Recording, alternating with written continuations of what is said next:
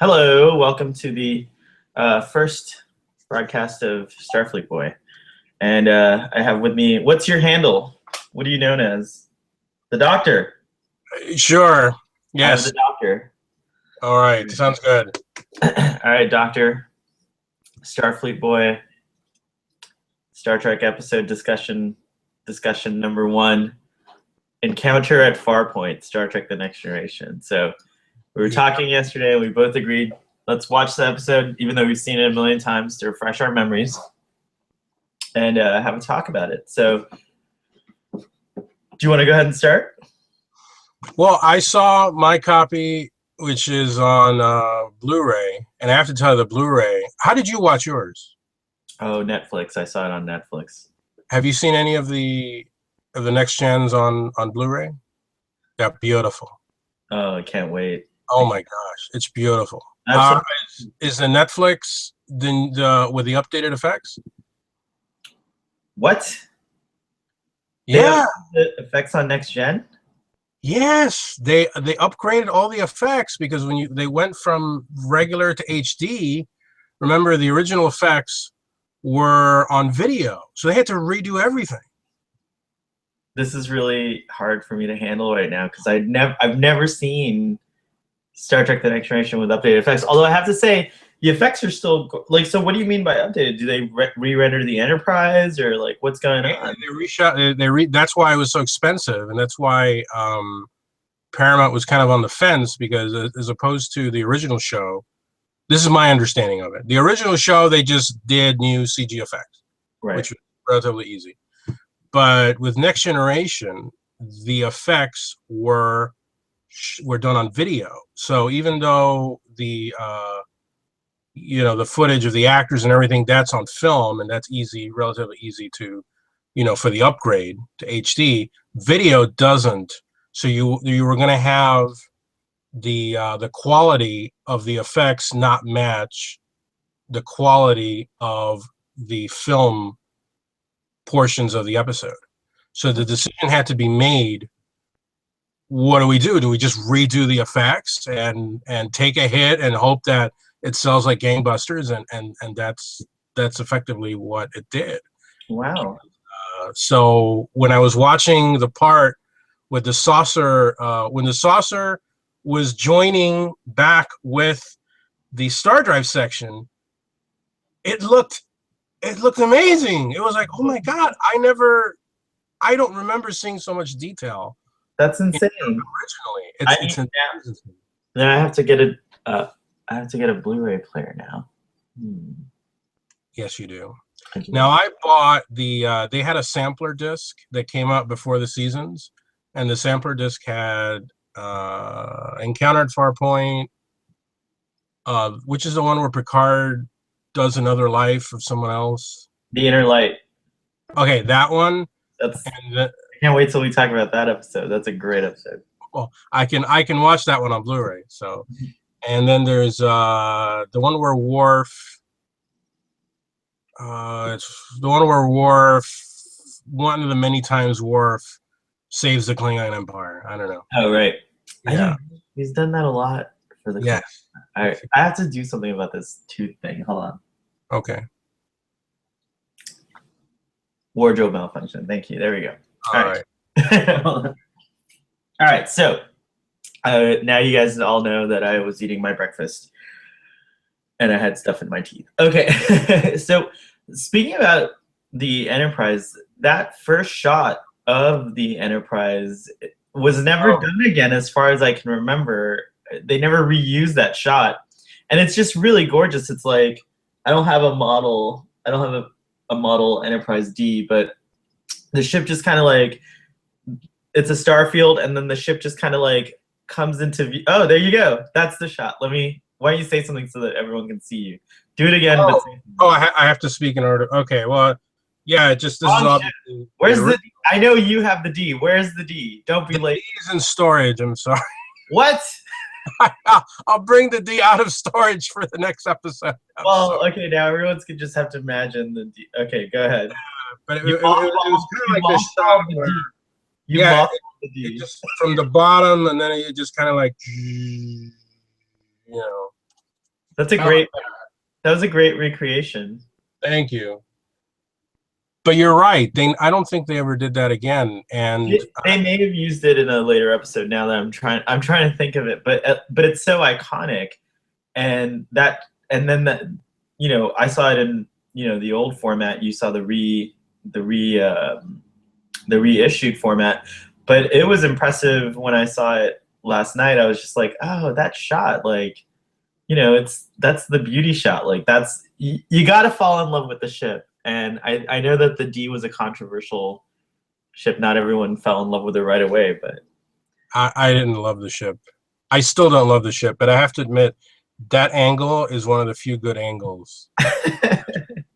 And I love the shot that comes right after it, which is Picard coming out of the shadows. yeah, oh, gorgeous shot. Yeah, I mean, what a way to introduce a captain, and a little moment of nostalgia. I remember watching that episode air for the first time and just thinking how cinematic it looked.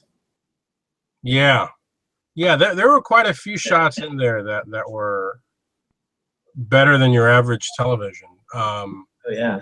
When during the trial sequence, I don't know if this was intentional or not. And I kind of like a little bit of avant-garde, I guess. But whenever they would cut back to Picard when he's engaging with Q, it's almost like he's in shadow here, like on the top half. Oh, and there's like a blur going on in one scene too. Like if they're shooting through a glass, or it's just like interesting. Yeah, there's some interesting shots there. You're right. Yeah, and it looks really cool. I thought it was, the pilot had some. I don't know who the director of the pilot was, but there was quite a bit of. Now that you mention it, let's find out so that people know.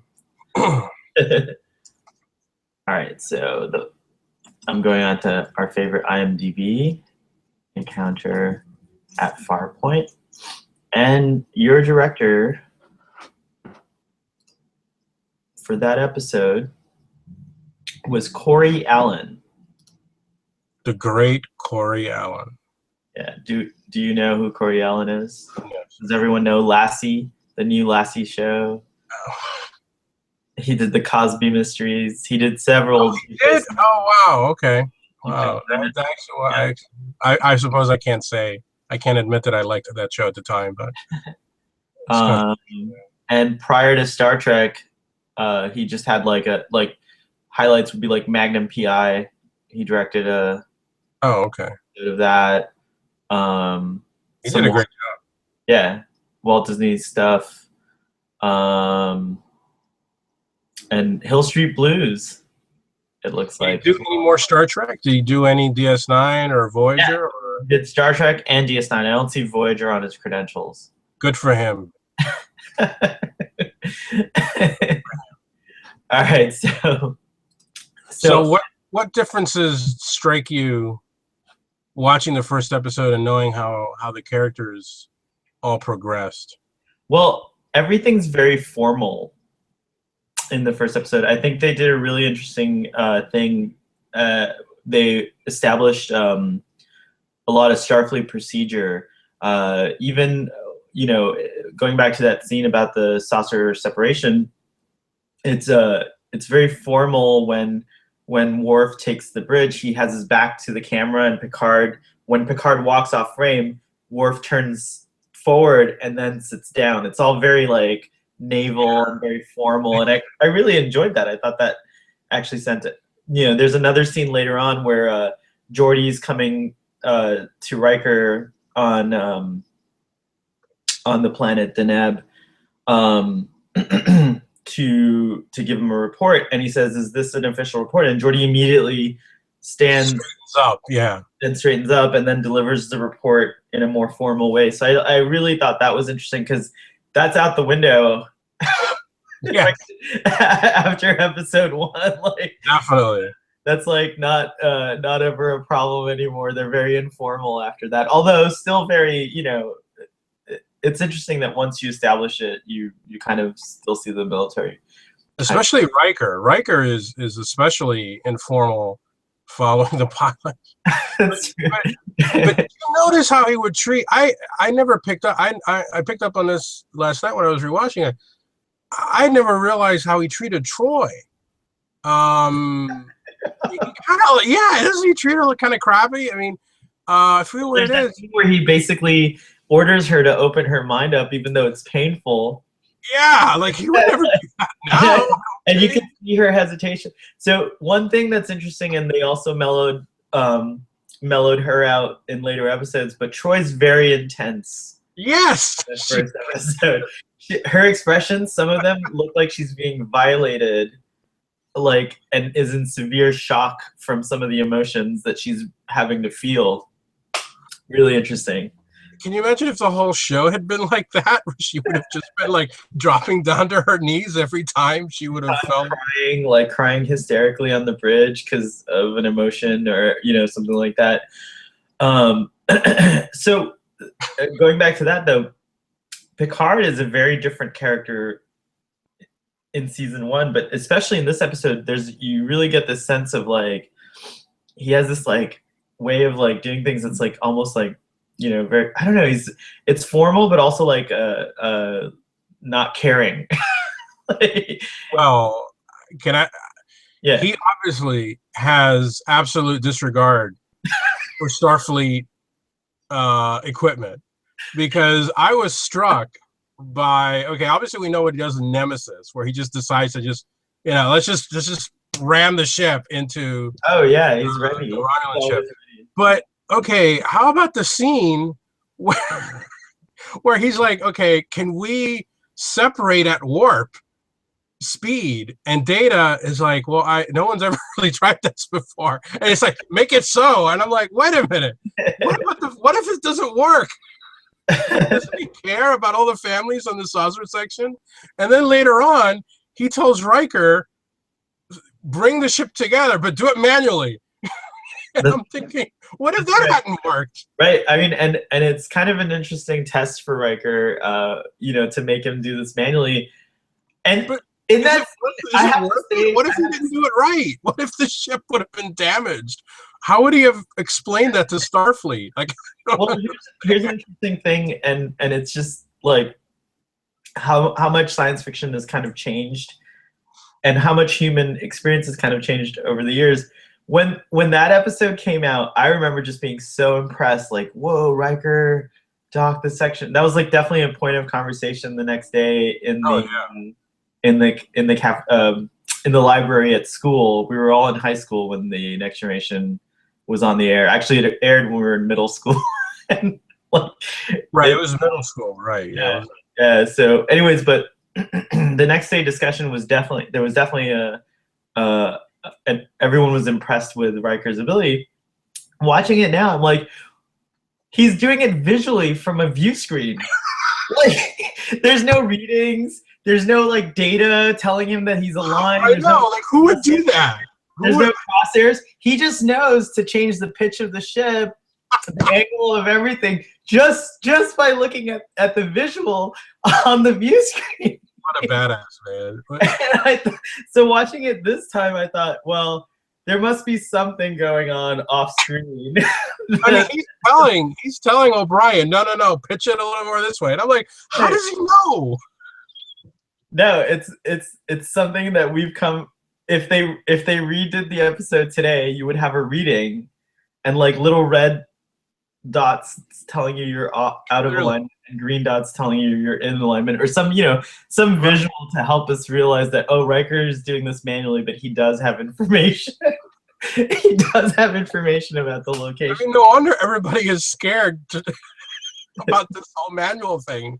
Like Tasha and Data are like, oh no, this is not a good idea. So real quick synopsis of the episode, or at least the objective of the episode. So this is the first time we ever see the crew on screen, and the impression that you get is that this is also the first time they're going to be a crew. So we didn't get to see the Enterprise leaving dry dock. We actually do get to see that way later on. At the end, they show the scene where the captain first gets on the Enterprise. Actually, I would like to make a note. That scene, well, not the exact scene, obviously, for the episode, but a similar scene exists in the novelization, Excellent.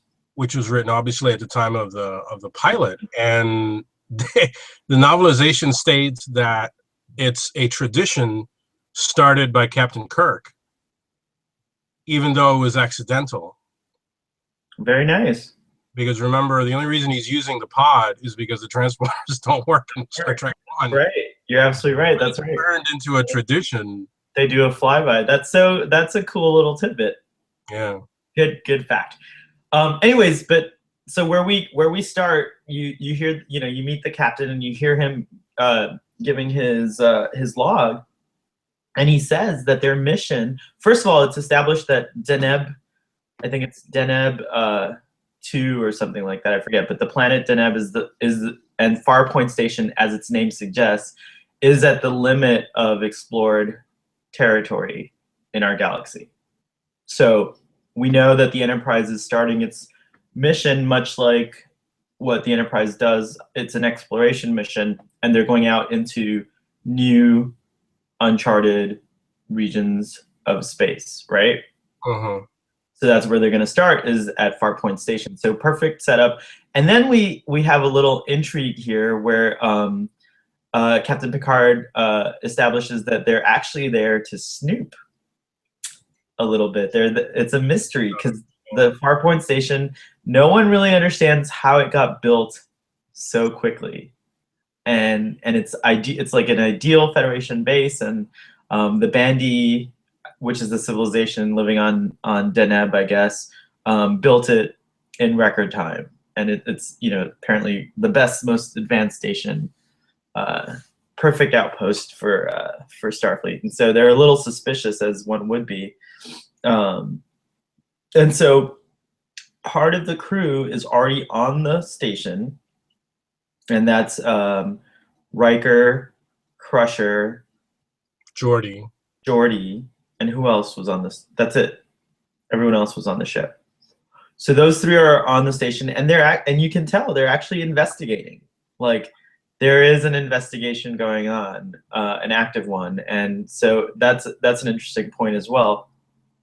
And then you have on the ship, you have, of course, on the way to Farpoint Station, the great encounter with Q. Q is an interesting character who I will never get tired of. Agreed.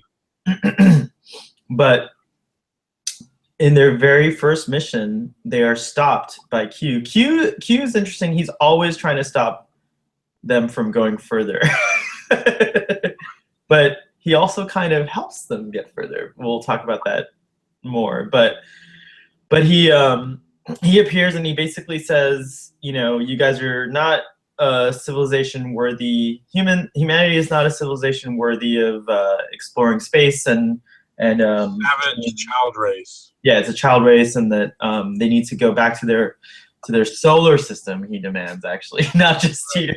Oh, yeah. It's like, go back to your solar system.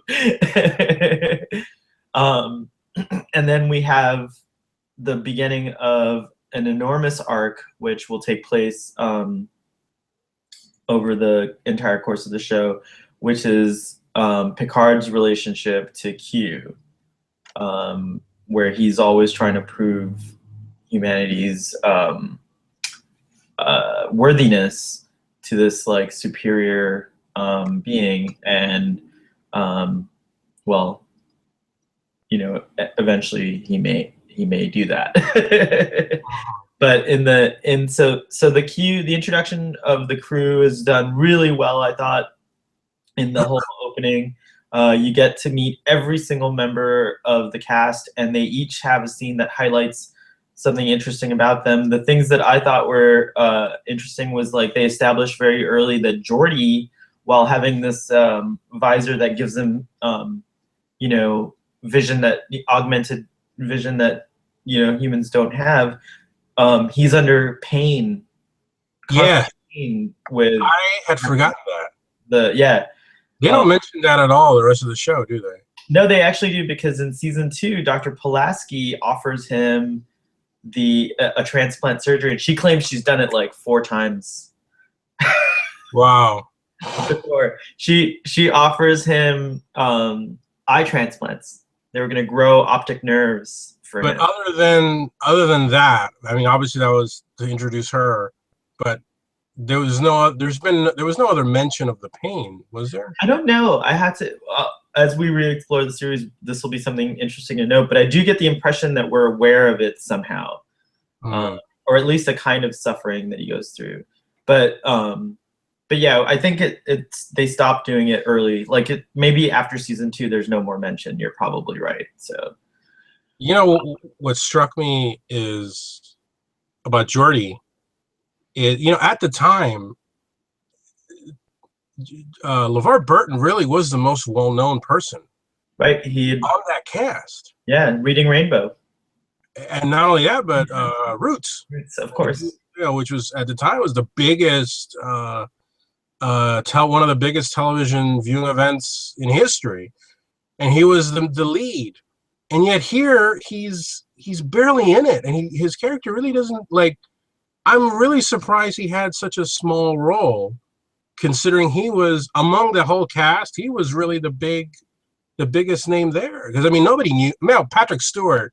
I mean, if you'd watched Dune, you'd recognize him, right? Excalibur. Right. But outside of Stewart and LeVar Burton, nobody else there was known at all. That's an interesting point, but I think that, like, when LeVar signed on, he didn't sign on to be the captain or the first officer. He did sign on to be this other character. So I think his screen time's pretty good, and I do think they do. Again, he got a little emphasis, I would say, in that scene with the doctor, and of course, later on, as the season progresses, I think Geordi gets a lot of attention, and even throughout, Geordi and Data's relationship is actually very strong in the beginning, and you don't really have, like, in Generations, Captain Picard and Data are almost like Spock and Kirk in a way. I have to rewatch that movie to see that. I don't remember that. Wow. Well, there's a scene where, and the reason I say this is because of the emotional aspect. The famous scene in Stellar Cartography in Generations where Picard has to yell. Oh yeah, Data. And he snaps right back into his, his. You are a Starfleet officer. But that's so different here, where you really, in the first season, and second season too, you really start to see Geordi and Data's friendship. And in Generations, it's still there too, because there's that scene when Geordi's the one who helps install the chip in the first place in Generations. But we're not here to talk about Generations. Let's get back to Encounter at Farpoint. I also thought, like, all the scenes with Picard and the Doctor, oh yeah, I actually teared up this time. So when the Doctor first comes onto the bridge, and the whole scene with Wesley waiting in the turbo lift and all this, like, when I first saw it, I thought, I was probably, because I was a kid, I was like, oh great, like they're gonna set up this romance or whatever. But having seen the entire series, going back and watching Encounter at Farpoint and seeing their first meeting, it's really endearing. And that moment when we know Captain Picard's uncomfortable with children, because earlier on he establishes, which we'll get back to this, but in a meeting with Riker that's very interesting, yeah, he establishes that he does not like children, and that he would like to avoid encounters with children at all costs. And so Riker agrees to do that. But anyways, so you realize this about him, and then you see he warms up and lets Wesley onto the bridge, and then of course Wesley fouls it up by answering a perimeter alert for Picard, and he's like, get that damn boy off my bridge, or something, something like that. I realize that there is a kind of intimidation that the crew feels about Picard. Everyone is intimidated by him. So it's a neat thing that they established, that this captain is very hard You Yeah, know, he's not here to be your friend. And I he like that. I like that a lot, and the relationship that was there between him and Crusher uh, from the beginning, I thought was interesting, and yeah. I'm Well, sorry that the show didn't pay it off, yeah, it's true. because the idea that he was a guy who didn't like children, and through Wesley, I guess opened up a little bit to that regard, because I mean he recommends them for Starfleet Academy, whatever, and all that. But then the relationship with Crusher just never really seemed to click. Like it seemed like they were laying the groundwork for something more, and it wasn't until the last episode that you saw that they finally, the last season, I guess. Right. We never see it on screen. Unfortunately, the marriage of Picard and Crusher, and then we learn that they divorced. So it's actually kind of depressing. But Yeah, like but X-Files. Yeah, yeah. But with regards to the introductions, then there's the later scene where Picard goes down to medical and tries to give the doctor a way out of the ship. And then I thought what was great about that scene was when she waits for him to finish his little thing, and she says, if I didn't want to serve here, I wouldn't have requested it. And then you see a little change in the character in Picard, where he's like, "Oh, you requested to be on the ship," and then he says, "Well, I hope we can be friends." And so there's this interesting like backstory hinted at where they've maybe fallen out of touch, or where Picard misunderstood her, and because he had to bring her husband, and he's had these feelings for her. Yeah, it's very complex and very interesting relationship that's established. Riker's first meeting with Picard, I thought was very interesting because, again, very formal, and Picard's like going through his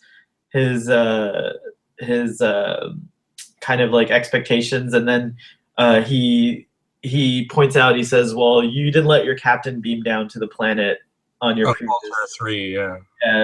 Your previous commission, and are you intending to be hardballed on that?" And Riker has to really establish, like, "I will follow any order you give except one that risks your life," and he kind of justifies that or whatever.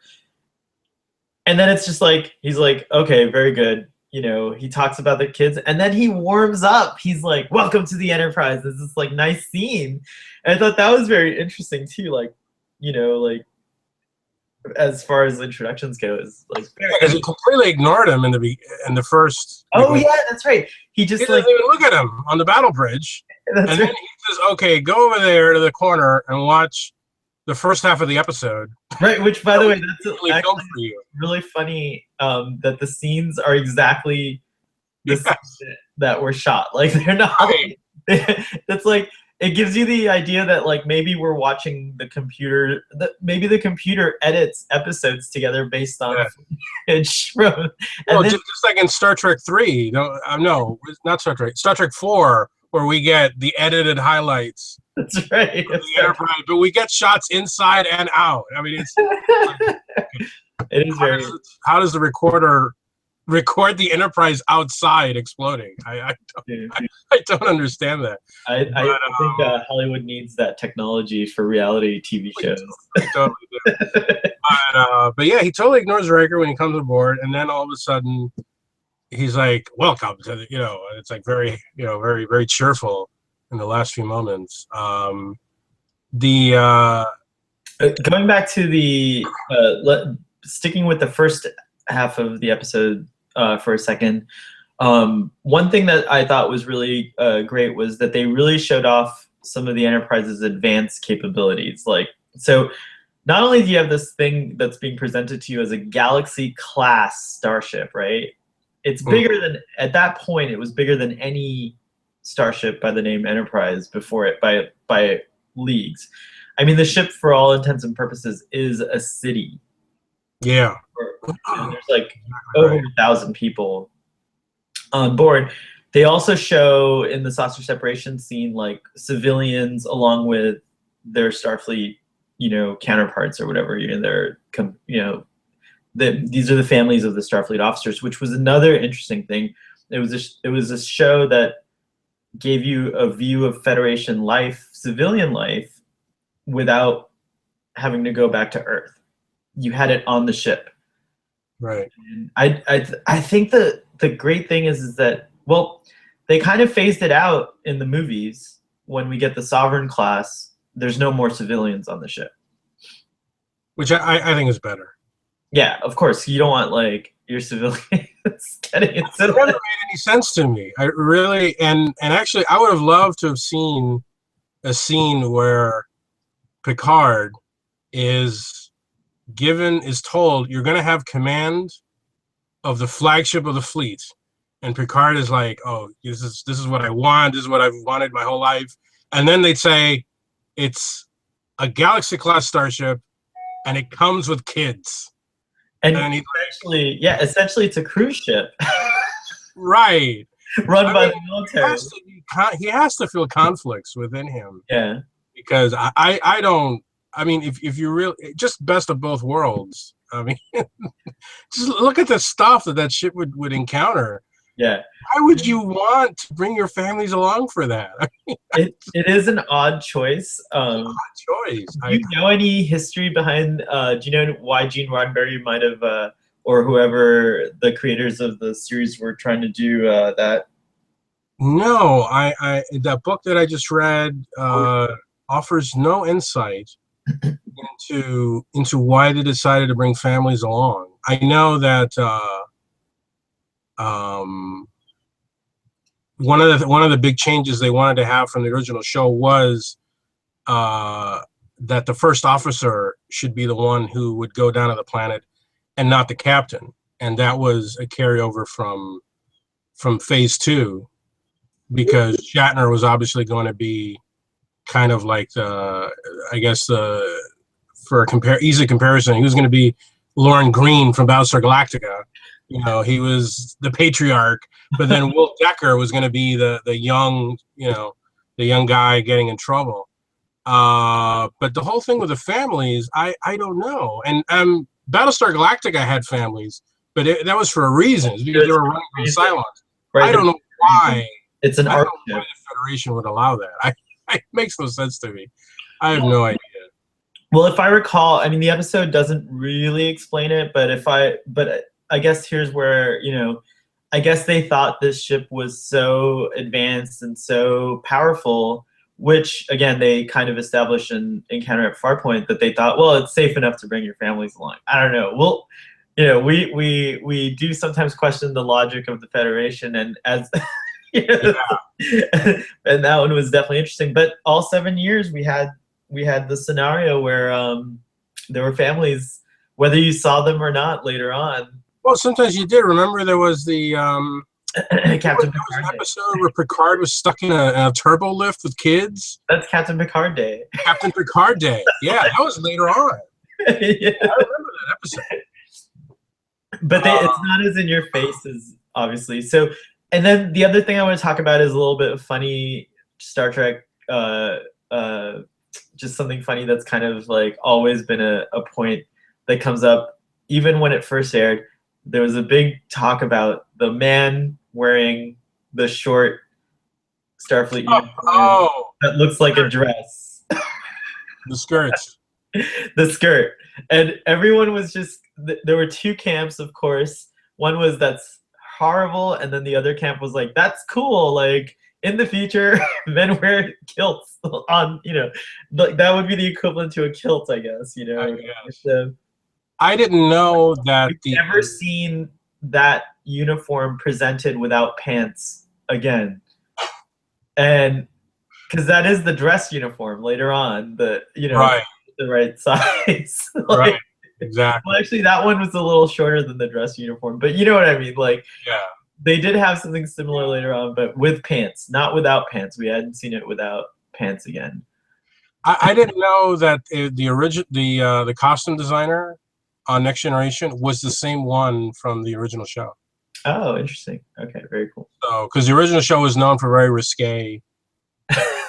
Well, on that note, my notes on the uniforms here, I'll let me see if I can find where I wrote this, but okay, so the new uniforms are very risque and sexy. They're very tight and snug, Complained about, yes. and yeah, and especially hold on one second. Okay, and specifically, the women in Counselor Troy's outfits are just like Yeah, leotards, like.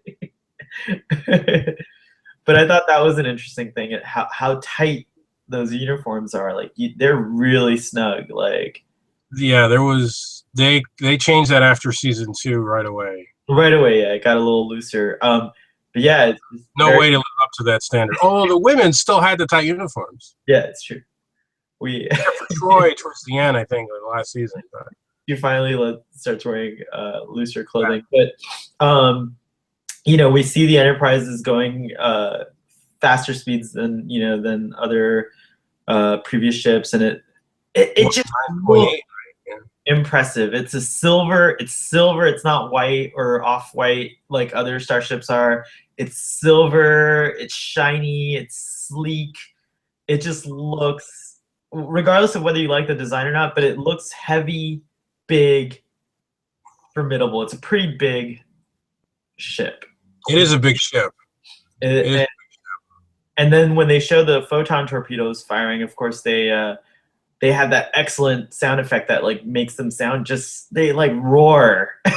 It's like Really raw on the Blu-ray, I can tell you. oh really? I bet. Oh my gosh, yes. They roar and and like the turret, like I guess the rear photon tube runs down the whole back like a spine of the ship. So you just get this like impression, even though that's not the case. The photon chamber is just probably about like the end of it. You know what I mean? But if you get the impression that this sort of like this torpedo has to like accelerate through the whole ship and launch out at like some crazy. So you get the impression of how powerful the Enterprise is, but obviously the Q is much more powerful. It overruns it.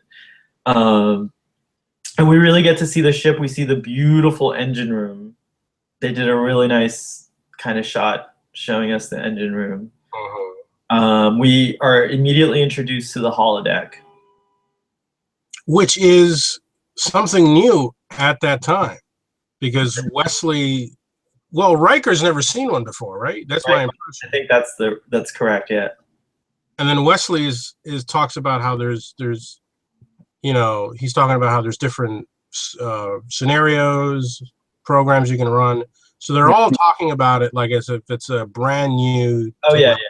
It's and then even in season 2, when because it's Pulaski's first time in the holodeck during the Sherlock episode, the Sherlock Holmes data episode, right? And then Geordi even says something to her along the lines of, "What? You've never been in a holodeck?" She's not, and she says, "Not with this kind of resolution. Like never. She's been in simulators, but nothing that like felt this real." Right. Holodecks are very new, and actually just a great plot device where you can go places different. Go back to Victorian England, or something like that. So. A very cool way to do that. So the holodeck's introduced, and then Picard basically surrenders, is put on trial, and then the way he gets out, Q basically forces him to plead guilty, but Picard states that he does plead guilty provisionally, and then it sets it up where he says, "Test us." And Q says, "Test us. Surely we have a long mission ahead of us. Surely there's ways you can test this throughout the whole thing." And as we find out, interestingly enough, the arc is that were they actually being tested all throughout their mission, all 7 years? Right. Was it a giant test, which is an interesting tie-in to the original, to this episode. The the Q parts that was written by Roddenberry. Mm. The original DC Fontana wrote the pilot, but she wrote it 90 minutes. The network couldn't decide. I mean, not the network. Paramount couldn't decide whether it was going to be 1 hour premiere or 2 hour or 90 minutes. So just to be safe on the safe side, she did it 90 minutes. And then when they found out it was going to be 2 hours to fill up that time, Roddenberry created Q and that whole sequence. And so that's probably, you know, and it harkens back to the other first episode of the original series where somebody gains, I forget who the name of the guy is. He gains godlike powers, remember? And Kirk. Exactly. It does. It does. It's a nice little, you know. There's a little parallel there. You're right. Right. The interesting landscape of human history painted for us through Q's encounter. He basically ridicules humanity and takes the form of various like militaristic personnel. Like he starts off as an Air Force general in the 60s or the 50s, you know, talking about commies, and then he turns into this drug addicted soldier of some kind from our future. 21st century, I think he said. Well, 21st century, but data something to look forward to. Right. Under Trump. If Donald Trump gets elected, I feel like that's what's going to happen. Exactly. True. Well, interestingly enough, 2030 Data makes a reference during the court scene to a court law that was established in 2036, I think. Oh, and, wow. I forgot that. And then Q corrects him and says, well, this is a court of the year 2079. So we do have time to not... Oh. We do have time. 2079 is still a few years away, so we don't have to... Which I like that. You know, they're suggesting if humanity doesn't change its ways, right. which is always Roddenberry's, right? It's like thing, yeah. So yeah, there's that established kind of like dark era of humanity, which it still today feels like a looming possibility that many people fear. You know, a world like that, but you know, hopefully the kind of things that the United Federation of Planets and Starfleet stand for are seated in our society through shows like Star Trek. Absolutely. Yeah, but so anyways, he, you know, the Q basically agrees with Picard and says, okay, very good, let me get started on this test. You're in for a treat when you get to Farpoint Station. So the show's story, the first story, then goes from this trial to this like very science fiction, hard science fiction kind of almost place, and it gets really kind of trippy at this point where you have like the exploration of the tunnels in, you know, in Farpoint Station, and there's like Geordi can't identify any of the materials that the tunnels are made of. Counselor Troy's feeling like this overwhelming emotion, and then the ship shows up and starts attacking right in time. By the way, it's amazing how all these things happen right when the Enterprise happens to be right. Not when the Hood was there, but when the Enterprise was there. The Enterprise is there. Anyways, it starts attacking the Bandai City, and so then they put two and two together, and they find that and here's something for the Doctor Who fans. They find a Star Whale scenario going on where the yes. The Farpoint base is created by this creature who can that can manipulate energy and turn it into matter, much like the transporters or the matter replicators, exactly, much like the replicators work. But they're only feeding it enough to keep it alive. So this like majestic, beautiful creature is suffering to provide all this beauty for the Federation. And so once the game's up, the Danebians are embarrassed and and they're found out, and Picard solves this mystery, even though Q keeps telling him to destroy Right, the flying saucer. the hostile flying saucer. And then they turn into these beautiful jellyfish-like glowing space creatures. And finally, Counselor Troy is overwhelmed with emotion, but this time it's joy and gratitude. And they fly off, and it's just a very sweet, kind of introduction, and a very lovely outcome. Yeah, that I thought that was interesting, and it's still held up today. I have to say, I also got emotional and found myself like a little moved, even though I knew what was going to happen by the way that they presented it. And watching the special effects, I thought, well, there's definitely, they definitely look like puppets, but they're very good puppets. And like you even see that one of the creatures is blue and the other one's kind of a warmer tone, and so there's this like idea that maybe one is male and one is female, and that they're partners or lovers or mates, as Captain Picard says, and all these other. How does Picard know they're mates? He just kind of infers that, but it could have been a child and a parent. It could have been. It's true, but I don't know why he just automatically assumed. Well, it's a very sexy show, so love was probably on his mind. They're after Crusher meeting, the Crusher moment. But anyways, so we established all these characters. We didn't talk about Worf and Tasha very much, or Wesley, but they're also established, and you get the impression that Tasha comes from a very like hostile planet or environment situation, because she's very she talks about how Starfleet saved her, and then you see Worf kind of like at one point challenge, I'm a Klingon, I would never leave my commander's side, and Captain Picard has to remind him that he's a Starfleet officer and he has to obey his orders. So you get that kind of like Klingon thing about Worf. And then I wanted to save the best part of the show for last, which is you do get a proper torch passing. Oh yes, absolutely. In the show, absolutely. The famous scene with Dr. McCoy, and correct me if I'm wrong, but that's the last time we see DeForest Kelley playing McCoy. No. No, but that's the oldest we see him. That's the oldest. Yeah. That's the oldest.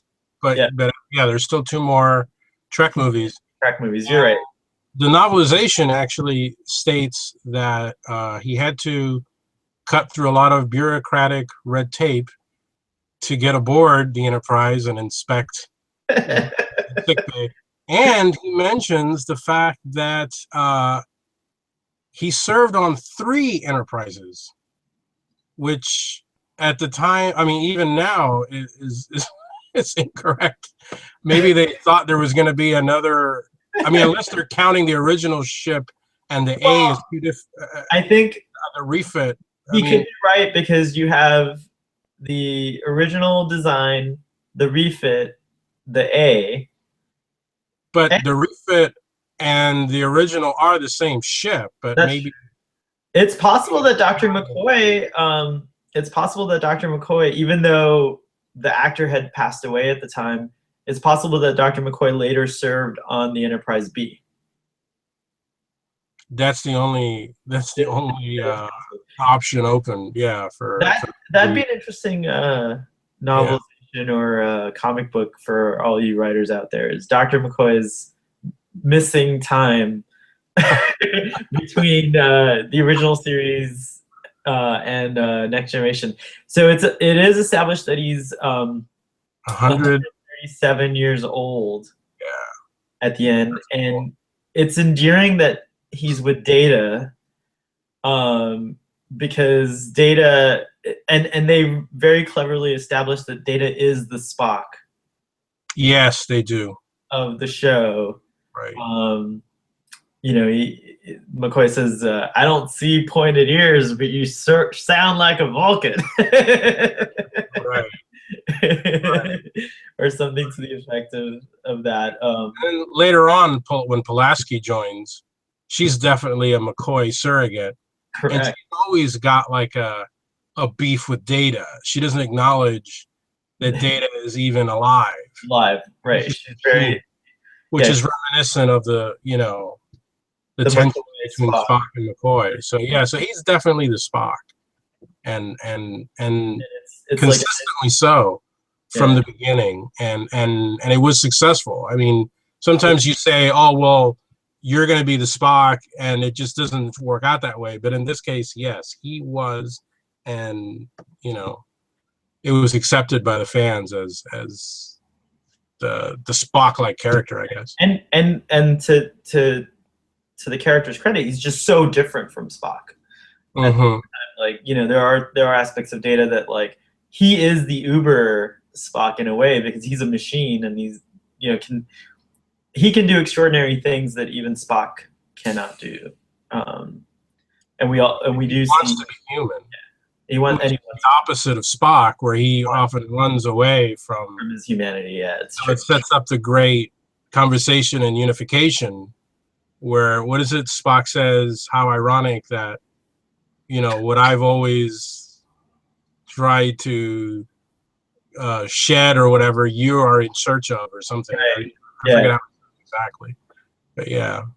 So that kind of wraps up the main points of Encounter at Farpoint. So my kind of final statement about it is that it holds up after all these years. It's a very good introduction to Star Trek, The Next Generation, and I would say that if you were interested in Star Trek and wanted to start with The Next Generation, that it would be the episode to start with. It is a great introduction episode. I think it's probably the second best intro. It's the second best first episode of all the shows. It presents the basic concepts of Star Trek really, really well. I think in many ways, those jellyfish, it was something that you really had never seen Star Trek take something on of that scale before. The original show never did that, and actually, Next Generation rarely topped it. I think in terms of the scale of an alien life like that, and because really they're just sort of bystanders to this event. Like they don't even both in Q and learn anything from these aliens, really. It's kind of like a Doctor Who episode. Well, like it's like the Star. I mean, obviously, the Next Generation did it first, but I just couldn't help but think of the Star Whale. Right. When I saw that, now that I've seen it, but also like classic Doctor Who probably dealt with that as well. Well, Doctor Who, the Doctor wasn't really about exploring and learning. He would just kind of get involved in things, and this kind of felt like that. Right. So I've always liked this episode a lot. The closest it does remind me of is Star Trek 4, the Probe. The Probe, right. This alien that you can't really understand because it doesn't speak English, but it's advanced and it's doing, it has a purpose, and humanity has to kind of figure it out, Figure it out, right. Q is just absolutely dynamic as a character. I love Q in the episode. I think out of the original cast, I think Picard stands out really well. The way he interacts with the different crew members is very different than Kirk. Right. I think the episode does a really good job of establishing a very, very different captain, which is hard. And I think Star Trek it's had a little bit of difficulty in coming up with unique captains, henceforth. I mean, Cisco was very interesting, but after Cisco, it gets a little bit like, well, Some people really love Captain Janeway. And some people really like Captain Archer, but are they as interesting as Picard? Are they set up as interesting as Picard? I don't think so. I think, but anyways, but Picard I think was set up very interestingly. For me personally, it's always a conflict because of course I love Captain Kirk. He's my first, right. Like first captain who came before Next Generation. Um, but Picard and Captain Kirk, to me, I can never say who's better. It's always a flip flop. It's always like, sometimes Picard, sometimes Captain Kirk. So to me, they're both iconic on the same level. He's very different in this pilot, and maybe in the first season than he is later on. He's a little more standoffish, a little more aloof, and I kind of like that. You know, Riker was the guy that maybe, you know, he was the one that would laugh with the rest of the crew like Kirk would at the end of those episodes, but not Picard.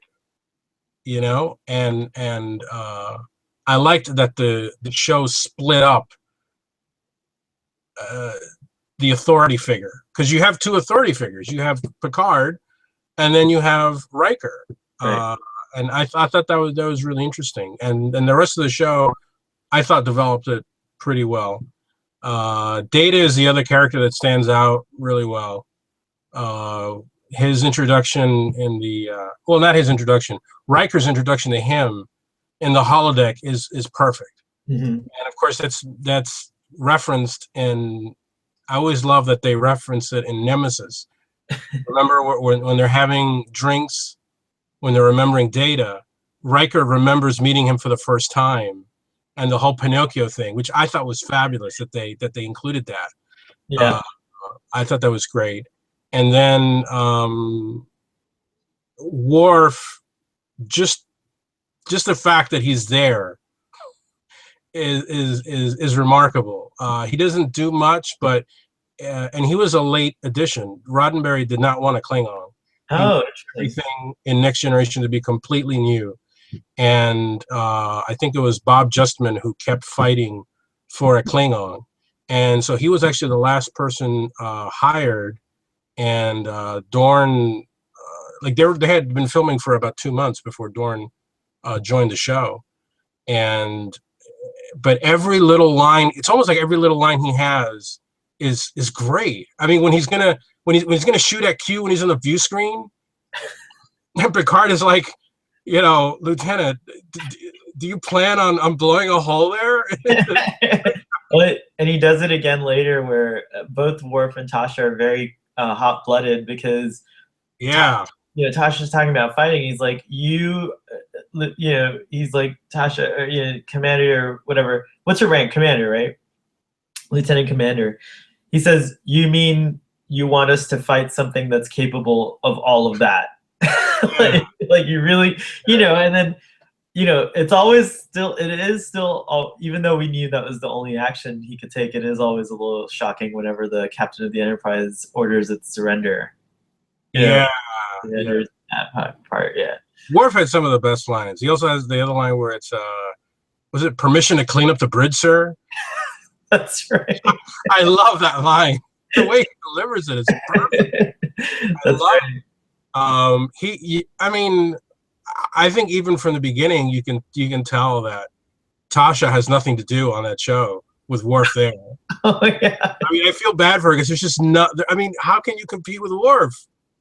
It is a little strange that Worf doesn't have a defined role, though. Ironically, because sometimes he's a helmsman, sometimes he's helping with the science station, and sometimes, let's talk about, now that we're done with the bulk of the episode, let's do a little technical conversation. The bridge, yes, is a completely radical and never again done bridge.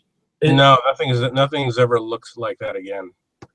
And even when they got the Enterprise E, it felt like a downgrade. Yeah. in that book again, and the book is the Star Trek Next Generation: The Continuing Mission.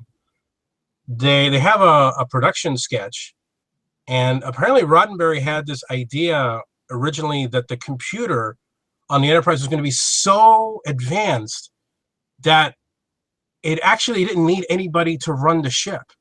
Everybody was a passenger, so there was no consoles. Oh, so the bridge was just kind of just like, it was almost like 10 forward. It was just people sitting watching this view screen, and then there was the captain's table where you would discuss things, and there was a second level where people could just watch. And I think like Roddenberry's future was very lazy.